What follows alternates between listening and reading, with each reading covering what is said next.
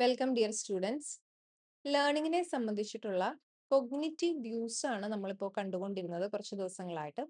പിയാഷേനെ നമ്മൾ കണ്ടു, അതുപോലെ തന്നെ ബ്രൂണറിന്റെ ഡിസ്കവറി ലേണിങ്ങിനെ പറ്റി മനസ്സിലാക്കി. ഇനി നമ്മൾ മൂന്നാമത് കാണാൻ പോകുന്നതാണ് ഓസുബലിന്റെ മീനിങ് റിസപ്ഷൻ ലേണിംഗ്, അല്ലെങ്കിൽ ഇതിനെ മീനിങ് എക്സ്പോസിറ്ററി ലേണിംഗ് എന്നും വിളിക്കും, അല്ലെങ്കിൽ മീനിങ് വെർബൽ ലേണിംഗ് എന്നും വിളിക്കും. സോ മീനിങ് റിസപ്ഷൻ ലേണിംഗ് ഇതാണ് നമ്മൾ ഇന്ന് കാണാൻ പോകുന്നത്. സോ ഡേവിഡ് പി ഓസ്ബൽ എന്നുള്ളതാണ് ഈ സൈക്കോളജിസ്റ്റിന്റെ full name. David P Ausubel. Spelling നിങ്ങൾക്ക് ശ്രദ്ധിച്ചാൽ മനസ്സിലാകും, AUSUBEL എങ്കിലും നമ്മൾ പറയുക ഓസ്ബൽ എന്നുള്ള രീതിയിലാണ് ഇതിനെ പ്രൊനൗൺസ് ചെയ്യുക. സോ ഇദ്ദേഹം ഒരു അമേരിക്കൻ സൈക്കോളജിസ്റ്റ് ആണ്. ഇനി ഇദ്ദേഹത്തിന്റെ ഒരു ലൈഫ് എന്ന് നമ്മൾ നോക്കുകയാണെങ്കിൽ, ഇദ്ദേഹം 1918 ജനിച്ചത്. ദെൻ ഡെവലപ്മെന്റൽ സൈക്കോളജിയിൽ അദ്ദേഹം PhD നേടി. അദ്ദേഹത്തിന്റെ ഏറ്റവും പ്രധാനപ്പെട്ട തിയറിയാണ് നമ്മൾ പറഞ്ഞു മീനിങ് ലേണിംഗ് തിയറി. അതുപോലെ തന്നെ ഓസ്ബലിന്റെ ഒരു വലിയൊരു കോൺട്രിബ്യൂഷൻ ആണ് അഡ്വാൻസ്ഡ് ഓർഗനൈസേഴ്സ്. സോ ഇത് രണ്ടുമാണ് നമ്മൾ ഇന്ന് പ്രധാനമായിട്ട് നമ്മൾ കാണാൻ പോകുന്നത്. 2008 ഇദ്ദേഹം മരിക്കുന്നത്. സോ ഓസ്ബലിന്റെ മീനിങ് വെർബൽ ലേണിംഗ്, അല്ലെങ്കിൽ മീനിങ് എക്സ്പോസിറ്ററി ലേണിംഗ്, അല്ലെങ്കിൽ മീനിങ് റിസപ്ഷൻ ലേണിംഗ്, ഇതിനെപ്പറ്റി നമ്മൾ ഇന്ന് പ്രധാനമായിട്ടും കാണാൻ പോകുന്നത്. യെസ്, കഴിഞ്ഞ ക്ലാസ്സിൽ നമ്മൾ കണ്ടത് ബ്രൂണറിന്റെ ഡിസ്കവറി ലേണിംഗ് ആണ്, അല്ലെ? ബ്രൂണറിന്റെ ഡിസ്കവറി ലേണിംഗ്. അപ്പൊ ബ്രൂണറിന്റെ ഡിസ്കവറി ലേണിങ്ങിന് അതിന് ഒരുപാട് ഗുണങ്ങളുണ്ട് എന്നുള്ളത് നമ്മൾ കണ്ടു. പക്ഷെ അതോടൊപ്പം തന്നെ അതൊരുപാട് ടൈം വേണ്ടുന്ന ഒരു പ്രോസസ്സാണ്, അല്ലെങ്കിൽ ഒരുപാട് സമയം എടുക്കുന്ന ഒരു പ്രോസസ്സാണ് ഡിസ്കവറി ലേണിംഗ്. അപ്പൊ ഇത് ക്ലാസ് റൂമുകളിൽ ഓൺ എ ഡെയിലി ബേസിസ് ദിവസവും കുട്ടികൾക്ക് ഇത്തരത്തിലുള്ള ഒരു പ്രാക്ടീസ് കൊടുക്കുക, അല്ലെങ്കിൽ ലേണിങ്ങിൽ എപ്പോഴും അതിന്റെ ഒരു സാന്നിധ്യം കൊണ്ടുവരിക എന്ന് പറയുന്നത് പ്രാക്ടിക്കലി വളരെ ഇമ്പോസിബിൾ ആയിട്ടുള്ള ഒരു കാര്യമാണ്. അതായത് ടീച്ചേഴ്സിന് സിലബസ് കംപ്ലീറ്റ് ചെയ്യണം, അതിനൊരു ടൈം ഫ്രെയിം ഉണ്ടാവും, അല്ലെങ്കിൽ ഒരു ടൈം ലിമിറ്റ് ഉണ്ടാവും. അതിനുള്ളിൽ തന്നെ ഇത്രമാത്രം കണ്ടന്റ് കുട്ടികളിലേക്ക് എത്തിക്കണം. അപ്പൊ അങ്ങനെയൊക്കെ ലിമിറ്റേഷൻ വന്നപ്പോൾ പ്രധാനമായിട്ടും നമ്മുടെ സ്കൂളുകളിൽ നടക്കുന്നത് എന്താണ്? ടീച്ചർ ക്ലാസ് എടുക്കും, കുട്ടികൾ അത് റിസീവ് ചെയ്യും, അല്ലെ? അപ്പൊ ഇതിനെയാണ് നമ്മൾ റിസപ്ഷൻ ലേണിംഗ് എന്ന് പറയുക. റിസപ്ഷൻ ലേണിംഗ് എന്ന് പറഞ്ഞാൽ എന്താണ്? ഒരു കണ്ടന്റ് ലേണറിന്റെ മുന്നിൽ അതിന്റെ ഫൈനൽ ഫോമിൽ ടീച്ചേഴ്സ് പ്രസന്റ് ചെയ്യുന്നു. അത് ടീച്ചർ ആവാം, അല്ലെങ്കിൽ ഒരു എക്സ്പേർട്ട് ആവാം. അവര് ഈ കണ്ടന്റിനെ അതിന്റെ ഫൈനൽ ഫോമിൽ, ഫോർ എക്സാമ്പിൾ ഫോഴ്സുമായി ബന്ധപ്പെട്ട ഒരു തിയറി, ആ ഒരു ഫോഴ്സുമായി ബന്ധപ്പെട്ട തിയറി കുട്ടികളെ ഒരു ഡിസ്കവറി ലേണിങ്ങിലൂടെ അത് അവരെ കണ്ടെത്താൻ പ്രേരിപ്പിക്കുക എന്ന് പറയുന്നത് അതൊരു വലിയൊരു ടാസ്ക് ആണ്, അല്ലെ? ഒരു പക്ഷെ അതൊരു ഇമ്പോസിബിൾ ആയിട്ടുള്ള ഒരു ടാസ്ക് ആയിരിക്കാം. അപ്പൊ അതിനു പകരം ടീച്ചർ എന്താണ് ചെയ്യുക? ടീച്ചർ ഫോഴ്സുമായി ബന്ധപ്പെട്ടിട്ടുള്ള അല്ലെങ്കിൽ മോഷനുമായി ബന്ധപ്പെട്ടിട്ടുള്ള തിയറീസ് കുട്ടികളുടെ മുന്നിലേക്ക് പ്രസന്റ് ചെയ്യും. അതായത് നമ്മൾ ഇതുവരെ നമ്മുടെ നാട്ടിലുള്ളതാകാം, അല്ലെങ്കിൽ സയന്റിസ്റ്റ് കണ്ടുപിടിച്ചിട്ടുള്ള സയന്റിഫിക് ആയിട്ട് നമ്മൾ നേടിയിട്ടുള്ള അറിവുകൾ ഇങ്ങനെയൊക്കെയാണ്, ഇതുവരെ നമ്മൾ നേടിയിട്ടുള്ള ഫോഴ്സിനെ പറ്റിയിട്ടുള്ള കോൺസെപ്റ്റുകൾ ഇതൊക്കെയാണ് എന്നുള്ള രീതിയിൽ കുട്ടികളുടെ മുന്നിലേക്ക് ഒരു കണ്ടന്റ് പ്രസന്റ് ചെയ്യുന്നു അതിന്റെ ഫൈനൽ ഫോമിൽ. ഇതിനെ നമ്മൾ പൊതുവെ വിളിക്കുന്ന പേരാണ് reception learning. So reception learning is a type of learning which the content is presented to the learner. ലേണറിന്റെ മുന്നിലേക്ക് കണ്ടന്റ് അതിന്റെ എല്ലാ ഫൈനൽ ഫോമിൽ കുട്ടികളുടെ മുന്നിലേക്ക് പ്രസന്റ് ചെയ്യുന്നു. ഇതിനെയാണ് റിസപ്ഷൻ ലേണിംഗ് എന്ന് പറയുന്നത്. അപ്പൊ ഇവിടെ കുട്ടികൾ അത് സ്വന്തം കണ്ടുപിടിക്കുക എന്നുള്ളതിനേക്കാൾ ഉപരി കുട്ടികൾ ആ ഒരു കോൺസെപ്റ്റിനെ റിസീവ് ചെയ്യുകയാണ്, അല്ലെങ്കിൽ അതിനെ കുട്ടികൾ എടുക്കുകയാണ് എന്ന് നമുക്ക് പറയാം. ലേണർ റിസീവ് ചെയ്യുകയാണ്. ഇനി ഈ റിസീവ് ചെയ്യുന്നത് തന്നെ നമുക്ക് 2 തരത്തിലുണ്ട് എന്ന് പറയാൻ വേണമെങ്കില്. 2 തരത്തിലുണ്ട്. അതിൽ ഒന്നാമത് ഓസ്ബെൽ പറഞ്ഞതാണ് meaningful reception learning. Meaningful reception learning. ഇനി അതിന് രണ്ടാമതൊരു ടൈപ്പ് കൂടിയുണ്ട്. അതാണ് rote reception learning. Rote reception learning. എന്താണ് rote reception learning? Rote learning എന്ന് പറഞ്ഞാൽ നമുക്കറിയാം കാണാപ്പാഠം പഠിക്കുക എന്ന് പറയുന്നത് അല്ലേ? ഫോർ എക്സാമ്പിൾ ഒരു തിയറി കുട്ടികൾ ടീച്ചർ പഠിപ്പിച്ചു കൊടുത്തു കഴിയുമ്പോൾ ചിലരെങ്കിലും എന്ത് ചെയ്യും? അത് മെമ്മറൈസ് ചെയ്യും. അത് കാണാതെ പഠിച്ച് പഠിച്ച് പഠിച്ച് പരീക്ഷയ്ക്ക് ആ ചോദ്യം വന്നു കഴിയുമ്പോൾ കറക്റ്റ് അതേ സെന്റൻസ് അങ്ങനെ തന്നെ റീപ്രൊഡ്യൂസ് ചെയ്യും. ഇതിനെ നമ്മൾ പറയുന്നതാണ് റോട്ട് റിസപ്ഷൻ ലേണിംഗ്. സോ അവിടെ നടക്കുന്നത് ഇൻഫർമേഷനെ ഒരു മിയർ മെമ്മറൈസേഷൻ മാത്രമായിട്ട് മാറുകയാണ്. ഒരു പ്രോപ്പർ അണ്ടർസ്റ്റാൻഡിങ് അവിടെ നടക്കുന്നില്ല. So information is memorised without understanding. അവർ കാര്യങ്ങൾ കൃത്യമായിട്ട് മനസ്സിലാക്കാതെ അതിനെ വെറുതെ ഒന്ന് മെമ്മറൈസ് ചെയ്യുക മാത്രമാണ് ചെയ്യുന്നത്. സോ അവിടെ കുട്ടികൾക്ക് അവരുടെ പ്രീവിയസ് നോളജുമായിട്ടുള്ള പ്രോപ്പർ കണക്ഷൻ ഇല്ല. അല്ലെങ്കിൽ ഈ ഒരു ഇൻഫർമേഷൻ അത് വളരെ ദുർബലമാണെന്ന് നമുക്ക് പറയാം. അതായത് വളരെ പെട്ടെന്ന് തന്നെ ഇത് മറന്നു പോകാനുള്ള സാധ്യതകളുണ്ട്. അല്ലെങ്കിൽ വീണ്ടും അവർക്ക് ലൈഫിൽ അത് ഉപയോഗിക്കാൻ സാധിക്കാതെ വരും. അല്ലെ? നമ്മളൊരു കാര്യം മനസ്സിലാക്കി പഠിക്കുന്നതും അല്ലെങ്കിൽ അത് കാണാതെ പഠിക്കുന്നതും തമ്മിൽ വ്യത്യാസമുണ്ട്. സോ ഇവിടെയാണ് ഓസ്പെലിന്റെ മീനിങ്ഫുൾ റിസപ്ഷൻ ലേണിംഗിന് പ്രാധാന്യം. എന്താണ് meaningful reception learning? Meaningful reception learning എന്ന് പറയുന്നത് ആ ഒരു ഇൻഫർമേഷനെ ഏറ്റവും ഫലപ്രദമായ രീതിയിൽ, ഏറ്റവും മീനിങ്ഫുൾ ആയ രീതിയിൽ ആ ഒരു കോൺസെപ്റ്റിനെ അണ്ടർസ്റ്റാൻഡ് ചെയ്ത്, ആ ഒരു കോൺസെപ്റ്റിനെ ആ ലേണറിന്റെ പ്രീവിയസ് നോളജുമായി കണക്ട് ചെയ്ത് ഒരു ഡീപ്പ് അണ്ടർസ്റ്റാൻഡിങ്ങിലേക്കും ലോങ് ടേം റിട്ടൻഷനിലേക്കും നയിക്കുന്ന രീതിയിൽ ആ ഒരു ഇൻഫർമേഷനെ കുട്ടികൾ മനസ്സിലാക്കി എടുക്കുന്നതിനെയാണ്, റിസീവ് ചെയ്തെടുക്കുന്നതിനെയാണ് മീനിങ്ഫുൾ റിസപ്ഷൻ ലേണിംഗ് എന്ന് പറയുന്നത്. അപ്പോൾ ഇവിടെ അവരുടെ പ്രീവിയസ് നോളജുമായിട്ട് അവർക്ക് അതിനെ കണക്ട് ചെയ്യാൻ സാധിക്കുന്നു. അതിന് നല്ല രീതിയിൽ ആ ഒരു കോൺസെപ്റ്റിനെ അവരുടെ ഉള്ളിലേക്ക് മനസ്സിലാക്കാനായിട്ട് സാധിക്കുന്നു. ഇനി അത് ഒരു ലോങ് ടേം റിട്ടൻഷനിലേക്കും അവരെ നയിക്കും. അതായത് അത് പെട്ടെന്ന് തന്നെ മറന്നു പോകാതെ എപ്പോഴാണെങ്കിലും ആ ഒരു കോൺസെപ്റ്റ് എന്താണ് എന്നുള്ളത് മനസ്സിലാക്കി വെച്ച് കഴിഞ്ഞാൽ ആ ഒരു കോൺസെപ്റ്റിനെ കുറിച്ച് പിന്നീട് കുട്ടിയോട് ചോദിച്ചാൽ കുട്ടിക്ക് പറയാൻ സാധിക്കും. അല്ലെങ്കിൽ കുറെ കാലം കഴിഞ്ഞു കഴിഞ്ഞാലും എന്തായിരുന്നു ആ കോൺസെപ്റ്റ് എന്നുള്ളത് ആം, കുട്ടിക്ക് മനസ്സിലാക്കി അവന്റെ ഉള്ളിലുള്ളത് കൊണ്ട് അതിന്റെ ആപ്ലിക്കേഷൻ ആണെങ്കിലും അതുമായി ബന്ധപ്പെട്ട എന്തെങ്കിലും സാഹചര്യം വന്നാലും എല്ലാം കുട്ടിക്ക് അതിനെ ആ, ഓർത്തെടുക്കാനായിട്ട് സാധിക്കും. സോ ഇതിനെയാണ് മീനിങ്ഫുൾ റിസപ്ഷൻ ലേണിംഗ് എന്ന് പറയുന്നത്. ഫോർ എക്സാമ്പിൾ ഫോട്ടോസിന്തസിസിനെ കുറിച്ച് നമ്മൾ ചെറിയ ക്ലാസ്സുകളിൽ പഠിച്ചിട്ടുണ്ടാവും. അപ്പൊ എപ്പോഴും അത് നമ്മൾ വലുതായി കഴിഞ്ഞാലും ഫോട്ടോസിന്തസിസ് എന്താണ് എന്നുള്ളത് നമുക്ക് അറിയാം അല്ലെ? അത് നമ്മൾ മറന്നു പോകുന്നില്ല. അപ്പൊ ഈ ഫോട്ടോസിന്തസിസിനെ കുറിച്ച് റോട്ട് ലേണിംഗ് അല്ലെങ്കിൽ കാണാപ്പാഠം പഠിച്ചിട്ടുള്ള ഒരു കുട്ടിയാണെങ്കിൽ കുറച്ച് കഴിയുമ്പോഴേക്കും അത് മറന്നുപോകും.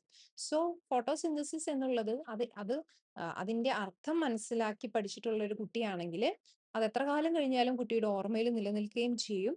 മാത്രവുമല്ല അത് പരീക്ഷയിൽ ചോദിക്കുമ്പോഴാണെങ്കിലും എപ്പോഴും കുട്ടിക്ക് അത് റീപ്രൊഡ്യൂസ് ചെയ്യാനായിട്ട് സാധിക്കും. അതിന്റെ ആപ്ലിക്കേഷൻ ലെവലുകളായിട്ടോ അല്ലെങ്കിൽ എങ്ങനെ ചോദ്യങ്ങൾ വന്നാലും കുട്ടിക്ക് അത് അറ്റൻഡ് ചെയ്യാനായിട്ട് സാധിക്കും. സോ ഇതിനെയാണ് നമ്മൾ മീനിങ്ഫുൾ റിസപ്ഷൻ ലേണിംഗ് എന്ന് പറയുന്നത്. അപ്പോൾ ഒരു കോൺസെപ്റ്റ് ടീച്ചർ ഇൻട്രൊഡ്യൂസ് ചെയ്യുന്നു. അതിനെ ഏറ്റവും നല്ല രീതിയിൽ കുട്ടി മനസ്സിലാക്കി എടുക്കുന്നു. ഇതിനെയാണ് മീനിങ്ഫുൾ റിസപ്ഷൻ ലേണിംഗ് എന്ന് പറയുന്നത്. ഇനി മീനിങ്ഫുൾ റിസപ്ഷൻ ലേണിംഗിൽ വളരെ പ്രധാനപ്പെട്ട ആ, ഉം, ചില ആസ്പെക്റ്റുകളാണ്. ഒന്ന്, ഏറ്റവും പ്രധാനപ്പെട്ടതായിട്ട് ഓസ്ബെൽ പറഞ്ഞതാണ് new knowledge is related to the learner's existing cognitive structure. അതായത് കുട്ടിയുടെ നിലവിലുള്ള കൊഗ്നേറ്റീവ് സ്ട്രക്ചറുമായിട്ട്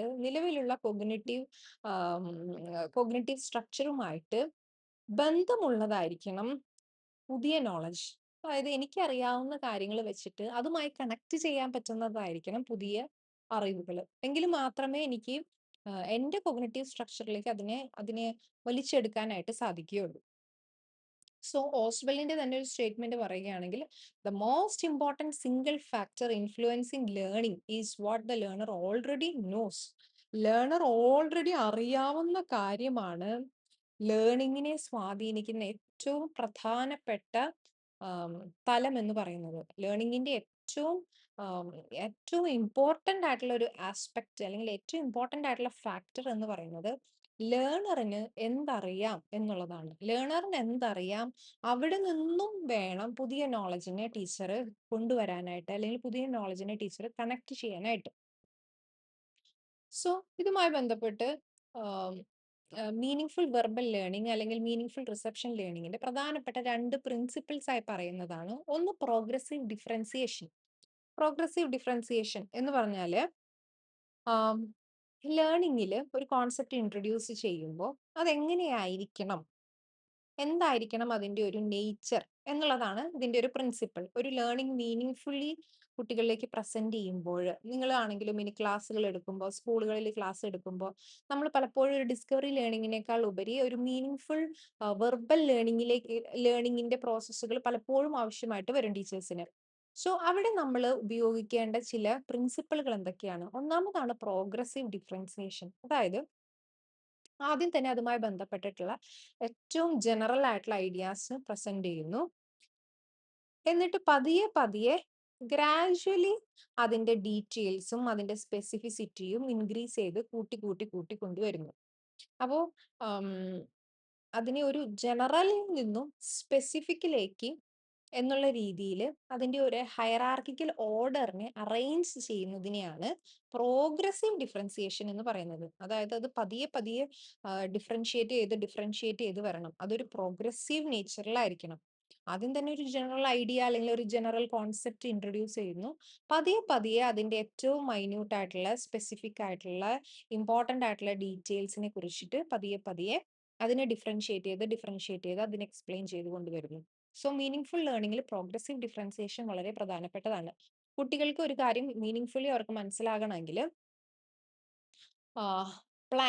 പ്ലാന്റ് എന്നുള്ളൊരു കോൺസെപ്റ്റ് കുട്ടിക്ക് അറിയാവുന്നതായിരിക്കും. കാരണം കുട്ടികൾ കാണുന്നതായിരിക്കും ചെടികൾ. അപ്പൊ അതിൽ നിന്നുമാണ് ടീച്ചർ പതിയെ പതിയെ ഫോട്ടോസിന്തസിസ് എന്നുള്ള ഒരു കോൺസെപ്റ്റിലേക്ക് വരുന്നത്. സോ അവർക്കറിയാവുന്ന ഒരു ജനറൽ തലത്തിൽ നിന്നും പതിയെ പതിയെ അതിനെ ഗ്രാജുവലി അതിന്റെ സ്പെസിഫിസിറ്റി കൂട്ടിക്കൊണ്ടുവരുന്നു. ഇതിനെയാണ് പ്രോഗ്രസീവ് ഡിഫറൻസിയേഷൻ എന്ന് പറയുന്നത്. പ്രോഗ്രസീവ് ഡിഫറൻസിയേഷൻ അത് ഒന്നാമത്തെ മീനിങ് ഫുൾ വെർബൽ ലേണിംഗിന്റെ പ്രധാനപ്പെട്ട പ്രിൻസിപ്പിൾ ആണ് പ്രോഗ്രസീവ് ഡിഫറൻസിയേഷൻ. ഇനി രണ്ടാമത്തെ ഒരു പ്രിൻസിപ്പിൾ ആണ് ഇന്റഗ്രേറ്റീവ് റീകൺസിലിയേഷൻ. ഇന്റഗ്രേറ്റീവ് റീകൺസിലിയേഷൻ എന്ന് പറഞ്ഞാൽ new idea should be consciously related to the previously learned material. നമ്മൾ നേരത്തെ പറഞ്ഞതുപോലെ പുതിയൊരു ഐഡിയ ടീച്ചർ കോൺഷ്യസ്ലി തന്നെ പഴയതായിട്ട് ടീച്ചർ കണക്ട് ചെയ്യണം. അതായത് ഇതുവരെ കുട്ടിക്ക് എന്തറിയാം, 8ാം ക്ലാസ്സിലാണ് ടീച്ചർ പഠിപ്പിക്കുന്നതെങ്കിൽ 7ാം ക്ലാസ് വരെ കുട്ടി എന്തൊക്കെയാണ് പഠിച്ചിട്ടുള്ളത്, കുട്ടികൾക്ക് എന്തൊക്കെയാണ് അറിയാവുന്നത് എന്നുള്ളത് ടീച്ചർക്ക് കൃത്യമായിട്ട് അറിഞ്ഞിരിക്കണം. അങ്ങനെ അതുമായി ടീച്ചർ കോൺഷ്യസ്ലി അതിനെ ബന്ധപ്പെടുത്തി വേണം 9ാം ക്ലാസ്സിലെയോ അല്ലെങ്കിൽ 8ാം ക്ലാസ്സിലെയോ പുതിയ ഒരു ഐഡിയ കുട്ടികളുടെ മുന്നിലേക്ക് കൊണ്ടുവയ്ക്കാനായിട്ട്. Ideas should not be presented as separate pieces. ഒരിക്കലും അതൊരു അതിനൊരു തനിയെ തനിയെ ഒരു പീസ് പോലെ അതിനെ പ്രസന്റ് ചെയ്യരുത്. മറിച്ച് ഐഡിയാസ് എപ്പോഴും പ്രസന്റ് ചെയ്യുമ്പോൾ അതിനെ കംപ്ലീറ്റ്ലി റിലേറ്റഡ് ആയിട്ട് വേണം പ്രസന്റ് ചെയ്യാനായിട്ട്. സോ ഒരു പുതിയ ഐഡിയ കൊടുക്കുകയാണെങ്കിൽ അതിന് പുറകിലുള്ള ഒരു ഐഡിയ കുട്ടിക്ക് എന്താണ് ഇപ്പോൾ അറിയാവുന്നത് ആ ഒരു ഐഡിയയുമായിട്ട് കണക്ട് ചെയ്തിട്ട് വേണം പുതിയൊരു ഐഡിയ കൊടുക്കാനായിട്ട്, പുതിയൊരു കോൺസെപ്റ്റ് ഇൻട്രൊഡ്യൂസ് ചെയ്യാനായിട്ട്, അല്ലെങ്കിൽ പുതിയൊരു ചാപ്റ്റർ കുട്ടിയുടെ മുന്നിലേക്ക് പഠിപ്പിക്കാനായിട്ട്. So each one is to be fully related to what has been presented before. ഇതിന് മുന്നേ എന്താണോ പ്രസന്റ് ചെയ്തിട്ടുള്ളത് അതുമായിട്ട് റിലേറ്റ് ചെയ്യുന്ന രീതിയിലായിരിക്കണം പുതിയൊരു ഐഡിയ പ്രസന്റ് ചെയ്യേണ്ടത്. ഇതിനെയാണ് നമ്മൾ ഇന്റഗ്രേറ്റീവ് റീകൺസിലിയേഷൻ എന്ന് പറയുന്നത്. അതായത് നമ്മൾ എപ്പോഴും ലേണിങ്ങിനെ ഇന്റഗ്രേറ്റ് ചെയ്തുകൊണ്ടിരിക്കണം. പഴയതുമായിട്ട് അതിനെ ചേർത്ത് വെച്ചിട്ട് മാത്രമേ പുതിയൊരു കണ്ടന്റിനെ, പുതിയൊരു കോൺസെപ്റ്റിനെ ഇൻട്രൊഡ്യൂസ് ചെയ്യേണ്ടത്. സോ ഇത് രണ്ട് പ്രിൻസിപ്പിൾസ് ആണ് ലേണിങ്ങിനെ കുറിച്ച്, അല്ലെങ്കിൽ മീനിങ് ഫുൾ വെർബൽ ലേണിംഗ് അല്ലെങ്കിൽ മീനിങ് ഫുൾ റിസപ്ഷൻ ലേണിങ്ങിനെ കുറിച്ചിട്ട് ഓസ്ബെൽ പറഞ്ഞിട്ടുള്ള പ്രധാനപ്പെട്ട രണ്ട് പ്രിൻസിപ്പിൾസ്. യെസ്, ഇനി നമ്മൾ ഓസ്ബെല്ലിന്റെ ഇതിനു ശേഷം കോഗ്നിറ്റീവ് സ്ട്രക്ചറിനെ കുറിച്ച് എക്സ്പ്ലെയിൻ ചെയ്തു. കോഗ്നിറ്റീവ് സ്ട്രക്ചറിനെ കുറിച്ച് ഡീറ്റെയിൽഡ് ആയിട്ട് എക്സ്പ്ലെയിൻ ചെയ്യില്ല. എന്താണ് കോഗ്നിറ്റീവ് സ്ട്രക്ചർ? നമുക്ക് ഓൾറെഡി അറിയാവുന്നതാണ്. It is A organised system of concepts and knowledge stored in the learners mind. നമ്മുടെ ലേണറിൻ്റെ മനസ്സിൽ എങ്ങനെയാണോ കോൺസെപ്റ്റുകൾ നോളജിനെ സ്റ്റോർ ചെയ്ത് വെച്ചിട്ടുള്ളത്, അതിന് സ്റ്റോർ ചെയ്ത് വെച്ചിട്ടുള്ള ഒരു സിസ്റ്റമാണ്, ഒരു ഓർഗനൈസ്ഡ് സിസ്റ്റമാണ് കോഗ്നിറ്റീവ് സ്ട്രക്ചർ എന്ന് പറയുന്നത്, അല്ലേ? അതായത് നമ്മൾ ഓർമ്മയും അല്ലെങ്കിൽ നമ്മൾ ഇതുവരെ പഠിച്ച കാര്യങ്ങളും എല്ലാം നമ്മൾ സ്റ്റോർ ചെയ്ത് വെക്കുന്ന നമ്മുടെ ഒരു സിസ്റ്റമാണ് കോഗ്നിറ്റീവ് സ്ട്രക്ചർ. ഇനി ഈ കോഗ്നിറ്റീവ് സ്ട്രക്ചറിൽ ഒരു നോളജ് മീനിങ് ഫുള്ളി ഓർഗനൈസ് ചെയ്യപ്പെടണം, അല്ലേ? ഒരു നോളജ്, പുതിയൊരു നോളജ് വരുമ്പോൾ അതിന് മീനിങ് ഫുള്ളി ഓർഗനൈസ് ചെയ്യപ്പെടണം. അപ്പോൾ മാത്രമേ ലേണിംഗ് സാധ്യമാവുകയുള്ളൂ. ലേണിംഗ് നടക്കണമെങ്കിൽ, പഠനം നല്ല രീതിയിൽ നടക്കണമെങ്കിൽ പുതിയൊരു നോളജിനെ അതിന് ഏറ്റവും മീനിങ് ഫുൾ ആയിട്ട് ഓൾറെഡി എക്സിസ്റ്റിംഗ് ആയിട്ടുള്ള കോഗ്നിറ്റീവ് സ്ട്രക്ചറിലേക്ക് ചേർത്ത് വെക്കാൻ പറ്റണം. ഈ ഒരു പ്രോസസ്സ് നടക്കുമ്പോൾ ഈ ഒരു പ്രോസസ്സിനെ ഹോസ്പിറ്റൽ വിളിച്ച പേരാണ് സബ്സംഷൻ. സബ്സംഷൻ അതായത് സബ്സംഷൻ എന്ന് പറഞ്ഞാൽ ഓൾറെഡി എക്സിസ്റ്റിംഗ് ആയിട്ടുള്ള ഒരു കോഗ്നിറ്റീവ് സ്ട്രക്ചറിലേക്ക് പുതിയൊരു ഐഡിയ, പുതിയൊരു നോളജ്, പുതിയൊരു കോൺസെപ്റ്റിനെ എങ്ങനെയാണോ ചേർത്ത് വെക്കുന്നത്, ആ ഒരു പ്രോസസ്സിനെയാണ് സബ്സംഷൻ എന്ന് ഹോസ്പിറ്റൽ വിളിച്ചത്. പിയാഷെ അതിന് പല പേരുകളും വിളിച്ചു, അല്ലെങ്കിൽ പിയാഷയുടെ കോഗ്നിറ്റീവ് സ്ട്രക്ചറിൽ പിയാഷെ അതിനെ എക്സ്പ്ലെയിൻ ചെയ്തു. അതുപോലെ ഹോസ്പിറ്റൽ എക്സ്പ്ലെയിൻ ചെയ്ത രീതിയാണ്, അതിന് അദ്ദേഹം കൊടുത്തൊരു പേരാണ് സബ്സംഷൻ. അതായത് it is a process through which we place new ideas into our existing cognitive structure. അങ്ങനെ എക്സിസ്റ്റിംഗ് കോഗ്നിറ്റീവ് സ്ട്രക്ചറിലേക്ക് പുതിയൊരു നോളജിനെ, പുതിയൊരു കോൺസെപ്റ്റിനെ ഇൻട്രൊഡ്യൂസ് ചെയ്യുന്ന, അല്ലെങ്കിൽ പുതിയൊരു കോൺസെപ്റ്റിനെ ചേർത്ത് വെക്കുന്ന ആ ഒരു പ്രോസസ്സിനെ പറയുന്ന പേരാണ് subsumption. Subsumption. So to subsume എന്ന് പറഞ്ഞു കഴിഞ്ഞാൽ to incorporate meaning full information into existing cognitive structure. So subsume എന്ന് പറഞ്ഞാൽ, ടു സബ്സ്യൂം എന്ന് പറഞ്ഞാൽ ഒരു പുതിയ നോളജിനെ മീനിങ് ഫുൾ ആയിട്ട് നമ്മുടെ കോഗ്നിറ്റീവ് സ്ട്രക്ചറിലേക്ക് ഇൻകോർപ്പറേറ്റ് ചെയ്യുക, ചേർത്ത് വെക്കുക. അതിനെയാണ് നമ്മൾ ടു സബ്സ്യൂം എന്ന് പറയുന്നത്. അപ്പോൾ ആ ഒരു പ്രോസസ്സിനെ നമ്മൾ വിളിക്കുന്ന പേരാണ് സബ്സംഷൻ. ടു സബ്സ്യൂം എന്ന് പറഞ്ഞാൽ it means to incorporate meaning full information into existing cognitive structure.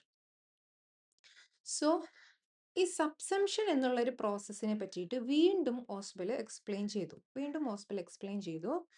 രണ്ടായിട്ട് അതിനെ തിരിച്ചു. രണ്ട് രീതിയിൽ നമുക്ക് ഇൻഫർമേഷൻസിനെ രണ്ട് രീതിയിലുള്ള സബ്സംഷൻ ഉണ്ട്. ഒന്നാമത്തെ സബ്സംഷൻ ആണ് ഡെറിവേറ്റീവ് സബ്സംഷൻ. രണ്ടാമത്തെയാണ് കോറിലേറ്റീവ് സബ്സംഷൻ. അതായത് പുതിയൊരു ഇൻഫർമേഷനെ അല്ലെങ്കിൽ പുതിയൊരു നോളജിനെ നമ്മുടെ ഓൾറെഡി എക്സിസ്റ്റിംഗ് ആയിട്ടുള്ള കോഗ്നിറ്റീവ് സ്ട്രക്ചറിലേക്ക് ചേർക്കുന്ന ഒരു പ്രോസസ്സിനെയാണ്, ഇൻകോർപ്പറേറ്റ് ചെയ്യുന്ന ഒരു പ്രോസസ്സിനെയാണ് നമ്മൾ സബ്സംഷൻ എന്ന് വിളിച്ചത്. അതിൽ ഒന്നാമത്തെ ടൈപ്പാണ് ഡെറിവേറ്റീവ് സബ്സംഷൻ. എന്താണ് derivative subsumption? when the new idea or concept incorporated without altering the existing knowledge structure, then it is called derivative subsumption. എന്ന് പറഞ്ഞാൽ, അതായത് പുതിയൊരു ഇൻഫർമേഷൻ കൊടുക്കുമ്പോൾ ആ ഇൻഫർമേഷൻ എന്ന് പറയുന്നത് it becomes an example of an already known concept, or അല്ലെങ്കിൽ നമുക്ക് പറയാം the existing concept does not change. എന്ന് പറഞ്ഞാൽ നമ്മൾ പുതിയൊരു ഇൻഫർമേഷനെ നമ്മുടെ കോഗ്നിറ്റീവ് സ്ട്രക്ചറിലേക്ക് ചേർത്ത് വെക്കുമ്പോൾ ഈ പുതിയ ഇൻഫർമേഷൻ എന്ന് പറയുന്നത് നമുക്ക് ഓൾറെഡി അറിയാവുന്ന ഒരു കോൺസെപ്റ്റിന്റെ ഒരു എക്സാമ്പിൾ, അല്ലെങ്കിൽ അതിന് കീഴേ വരുന്ന ഒരു കാര്യമായിട്ടാണ് വരുന്നത്. അപ്പോൾ നമുക്ക് ഓൾറെഡി അറിയാവുന്ന ഒരു കോൺസെപ്റ്റിൽ ചേഞ്ച് ഒന്നും വരുന്നില്ല. The existing concept does not change. Existing കോൺസെപ്റ്റിന് ചേഞ്ച് ഒന്നും വരുന്നില്ല. പക്ഷെ ന്യൂ ഇൻഫർമേഷൻ എന്ന് പറയുന്നത് നമുക്ക് ഓൾറെഡി അറിയാവുന്ന ഒരു കോൺസെപ്റ്റിന്റെ ഒരു എക്സാമ്പിൾ ആയിട്ടോ അല്ലെങ്കിൽ അതിന് കീഴിൽ വരുന്ന ഒരു കാര്യമായിട്ടോ വരുന്നതിനെയാണ് നമ്മൾ ഡെറിവേറ്റീവ് സബ്സംഷൻ എന്ന് പറയുന്നത്. അതായത് നമുക്ക് ഓൾറെഡി അറിയാവുന്ന, without altering the existing knowledge structure, നമുക്ക് ഓൾറെഡി അറിയാവുന്ന നോളജ് സ്ട്രക്ചറിൽ ചേഞ്ച് ഒന്നും വരാതെ, അല്ലെങ്കിൽ അതിലൊരു മാറ്റം ഒന്നും വരാതെ പുതിയ ഐഡിയനെ അല്ലെങ്കിൽ പുതിയൊരു കോൺസെപ്റ്റിനെ ഇൻകോർപ്പറേറ്റ് ചെയ്യുന്നതിനെയാണ് നമ്മൾ ഡെറിവേറ്റീവ് സബ്സംഷൻ എന്ന് പറയുന്നത്. ഇത് നമുക്കൊരു എക്സാമ്പിളിലൂടെ നോക്കാം. ഫോർ എക്സാമ്പിൾ, സെൽ എന്ന് പറയുന്ന ഒരു കോൺസെപ്റ്റ്, കുട്ടിക്ക് സെൽ എന്ന് പറയുന്ന ഒരു കോൺസെപ്റ്റ് അറിയാം. അപ്പൊ ഇവിടെ പുതിയതായിട്ടുള്ള ഒരു ഇൻഫർമേഷൻ ആഡ് ചെയ്യാണ്. Neuron is a type of cell. അതിൽ സെൽ എന്നുള്ള ഒരു കോൺസെപ്റ്റ് അറിയാവുന്ന കുട്ടിക്ക് പുതിയൊരു കോൺസെപ്റ്റ് ഇൻട്രൊഡ്യൂസ് ചെയ്യാണ്. ന്യൂറോൺ ന്യൂറോൺ എന്ന് പറയുന്ന ഒരു കോൺസെപ്റ്റ് ഇൻട്രൊഡ്യൂസ് ചെയ്യാണ്. അപ്പൊ ന്യൂറോൺസിനെ കുറിച്ച് കുട്ടിയെ പഠിപ്പിക്കുകയാണ്, അല്ലെങ്കിൽ ആ ഒരു കോൺസെപ്റ്റ് ഇൻട്രൊഡ്യൂസ് ചെയ്യുകയാണ്. So neuron is a type of cell. ഒരു സെല്ലിന്റെ ഒരു ടൈപ്പാണ് ന്യൂറോൺ എന്നുള്ള രീതിയിൽ എക്സ്പ്ലെയിൻ ചെയ്യുന്നു.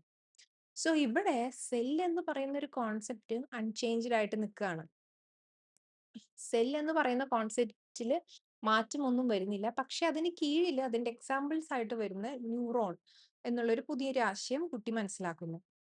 അല്ലെങ്കിൽ ഫിസിക്സിലാണെങ്കിൽ മെറ്റൽ കണ്ടക്ട്സ് ഇലക്ട്രിസിറ്റി എന്നുള്ളൊരു കോൺസെപ്റ്റ് ഓൾറെഡി അറിയാവുന്ന ഒരു കുട്ടിക്കാണെങ്കിൽ കോപ്പർ കണ്ടക്ട്സ് ഇലക്ട്രിസിറ്റി. കോപ്പർ എന്ന് പറയുന്ന metal also conduct electricity. So copper is an example of metal. അപ്പൊ ഇവിടെ മെറ്റൽ എന്ന് പറയുന്ന ഒരു കോൺസെപ്റ്റ് ഇതിൽ ആദ്യം ഫസ്റ്റ് കൊടുത്തിട്ടുള്ളത് കുട്ടിക്ക് ഓൾറെഡി അറിയാവുന്ന ഒരു കോൺസെപ്റ്റ്. ദെൻ രണ്ടാമത് കൊടുത്തിട്ടുള്ളത് പുതിയൊരു ഇൻഫർമേഷനും ആണ്, പുതിയൊരു ന്യൂ കോൺസെപ്റ്റും ആണ്. സോ മെറ്റൽ എന്ന് അറിയാവുന്ന ഒരു കുട്ടിക്ക് കോപ്പർ ഓൾസോ കണ്ടക്ട് ഇലക്ട്രിസിറ്റി എന്നുള്ളൊരു ഇൻഫർമേഷൻ കൊടുക്കുമ്പോൾ ഓൾറെഡി അറിയാവുന്ന കോൺസെപ്റ്റ് ആണ് മെറ്റൽ. സോ ആ ഒരു കോൺസെപ്റ്റിൽ ചേഞ്ച് ഒന്നും വരുന്നില്ല.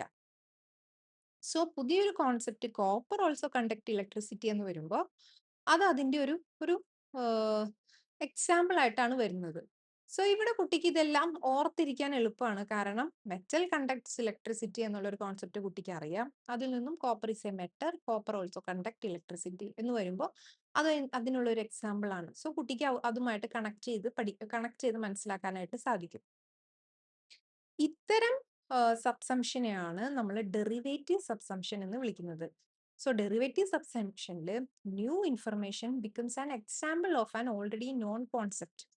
ഇവിടെ ഓൾറെഡി നോൺ ആയിട്ടുള്ള കോൺസെപ്റ്റിന്റെ ഒരു എക്സാമ്പിൾ ആയിട്ട് വരാം ന്യൂ ഇൻഫർമേഷൻ എന്ന് മാത്രമല്ല, ഇതിൽ ഏറ്റവും വലിയ പ്രത്യേകത എന്ന് പറയുന്നത് ന്യൂ ഇൻഫർമേഷൻ അല്ലെങ്കിൽ ന്യൂ ഐഡിയ അല്ലെങ്കിൽ ന്യൂ കോൺസെപ്റ്റ് എന്ന് പറയുന്നത് which incorporated without altering the existing knowledge structure. Existing knowledge സ്ട്രക്ചറിനെ ഓൾട്ടർ ചെയ്യാതെ, ചേഞ്ച് ചെയ്യാതെ, അതിലൊരു മാറ്റം കൊണ്ടുവരാതെയാണ് പുതിയൊരു ഐഡിയ വരുന്നതെങ്കിൽ അതിനെ നമ്മൾ പറയുന്നതാണ് derivative subsumption. So existing concept does not change. അപ്പൊ അതിന്റെ വ്യത്യാസം നമുക്ക് മനസ്സിലാക്കണമെങ്കിൽ നമ്മൾ സെക്കൻഡ് വണ്ണും കൂടി മനസ്സിലാക്കി എടുക്കണം. That is correlative subsumption. Correlative subsumption എന്ന് പറഞ്ഞാൽ എന്താണ്? While incorporating new idea or concept, we have to modify or extend our existing knowledge structure. It is called correlative subsumption. So derivative subsumption നമ്മുടെ already existing knowledge സ്ട്രക്ചറിൽ ഒരു ചേഞ്ചും വരുന്നില്ല. Already existing ആയിട്ടുള്ള ആ ഒരു കോൺസെപ്റ്റിൽ ഒരു ചേഞ്ചും വരുന്നില്ല. പക്ഷെ ഇവിടെ നമ്മളുടെ ഓൾറെഡി എക്സിസ്റ്റിംഗ് ആയിട്ടുള്ള നോളജ് സ്ട്രക്ചറിനെ ഒന്ന് മോഡിഫൈ ചെയ്യണം അല്ലെങ്കിൽ എക്സ്റ്റെൻഡ് ചെയ്യണം. അതിനെയാണ് കോറിലേറ്റീവ് സബ്സംഷൻ എന്ന് പറയുന്നത്. So new information modifies or expand an existing concept. നിലവിലുള്ള കോൺസെപ്റ്റിനെ ചിലപ്പോൾ അതൊന്ന് എക്സ്പാൻഡ് ചെയ്യും. For example, plants need water. ചെടികൾക്ക് വെള്ളം ഒഴിക്കുന്നത് കണ്ടിട്ടുള്ള കുട്ടിയാണ്. അപ്പൊ ചെടികൾക്ക് വെള്ളം ഒഴിച്ചാലാണ് ചെടികൾ വളരുക എന്ന് കുട്ടിക്ക് അറിയാം. അത് കുട്ടിക്ക് ഓൾറെഡി അറിയാവുന്ന ഒരു കോൺസെപ്റ്റ് ആണ്. പക്ഷെ കുട്ടി കുറച്ചുകൂടി സ്കൂളിൽ പോകുന്നു, പഠിക്കുമ്പോൾ കുട്ടിക്ക് മനസ്സിലാവുന്നു plants need water, sunlight and carbon dioxide. So പ്ലാന്റ്സിന് വാട്ടർ വേണം എന്നറിയാം. പക്ഷെ പ്ലാന്റ്സിന് വാട്ടർ മാത്രമല്ല വേണ്ടത്, പ്ലാന്റ്സിന് സൺലൈറ്റും വേണം, പ്ലാന്റ്സിന് കാർബൺ ഡൈ ഓക്സൈഡും വേണം. ഈ ഒരു കോൺസെപ്റ്റ് കുട്ടി മനസ്സിലാക്കുന്നത് കുറച്ചുകൂടി കഴിയുമ്പോൾ, കുട്ടി പഠിച്ചു വരുമ്പോൾ അത് മനസ്സിലാക്കുന്നു.